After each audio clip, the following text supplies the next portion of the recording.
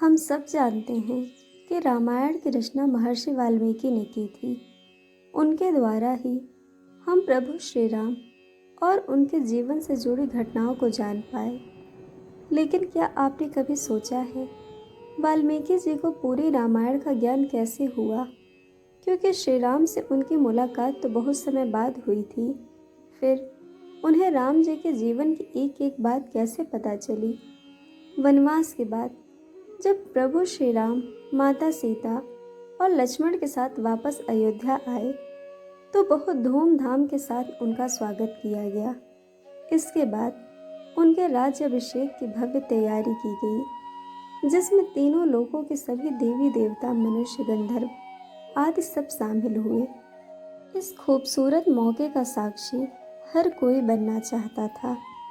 तब भगवान ब्रह्मा ने नारद जी को दर्शन देकर उनसे कहा, मुनिवर, अब समय आ चुका है कि श्री राम के जीवन के बारे में सभी को पता चले, जिससे अनंत काल तक लोगों को ये प्रेरणा मिलती रहे कि मानव जीवन को कैसे जिया जाता है।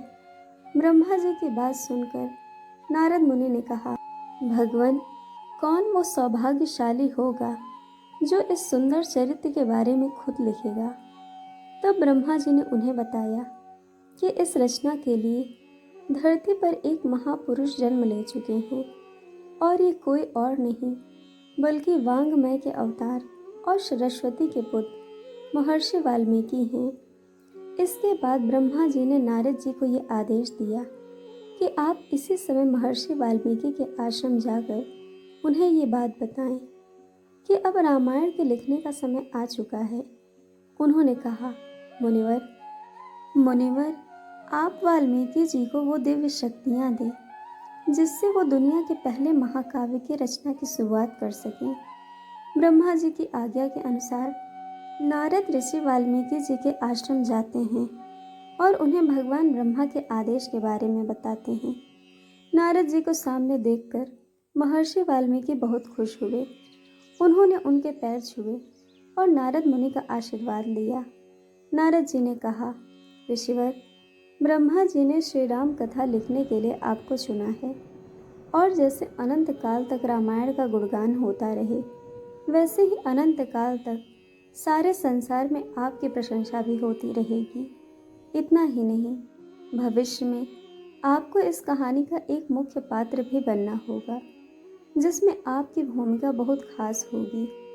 इसके बाद नारद मुनि ने भजन के जरिए वाल्मीकि जी को पूरी कथा सुना दी और फिर उसे काव्य के रूप में लिखने को कहा। पूरे रामायण सुनाने के बाद देवर्षि नारद वहां से चले गए। श्री राम की कथा सुनने के बाद महर्षि वाल्मीकि की खुशी का ठिकाना नहीं रहा। वो यह सोच सोच कर खुश हो रहे थे कि इतने सुंदर महाकाव्य की रचना के लिए ब्रह्मा जी ने उन्हें योग्य समझा। इसके बाद वाल्मीकि जी को भगवान ब्रह्मा ने खुद दर्शन दिए और बोले, इस महाकाव्य को लिखने में देवी सरस्वती आपकी मदद करेंगी। उनकी कृपा से आपको छंद बनाने का ज्ञान प्राप्त हुआ है। इसीलिए अब आप श्री राम के जीवन को छंद रूप में लिखें और इस काव्य को रामायण का नाम देकर लिखना शुरू करें।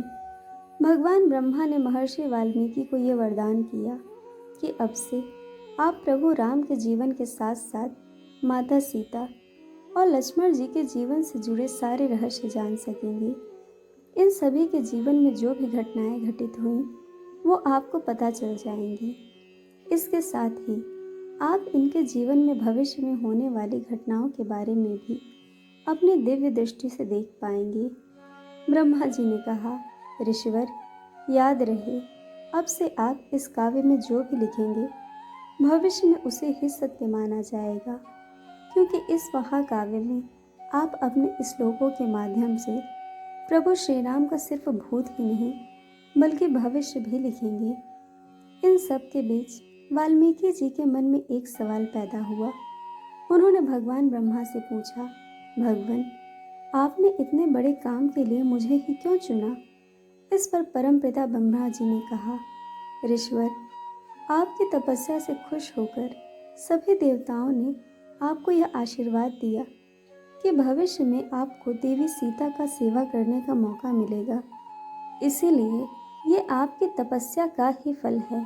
इतना ही नहीं, उन्होंने ये भी कहा कि ऐसा करने से आपको सारे संसार में यश मिलेगा और आपका नाम बड़े ही सम्मान से याद किया जाएगा। और ये सब कुछ पहले से ही तय किया जा चुका है। महर्षि वाल्मीकि के सवाल का जवाब देकर ब्रह्मा जी ने उन्हें आशीर्वाद दिया और फिर अंतर्ध्यान हो गए। इसके बाद वाल्मीकि जी ने रामायण को लिखने का कार्य शुरू किया, जो भारत के पहले महाकाव्य के रूप में प्रचलित हुआ, जिसे आज भी लोग जब पढ़ते हैं तो उसकी तारीफ करते नहीं थकते।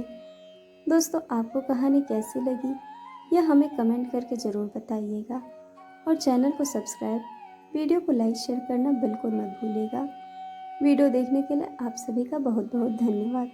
जल्द मिलेंगे एक और नई कहानी के साथ।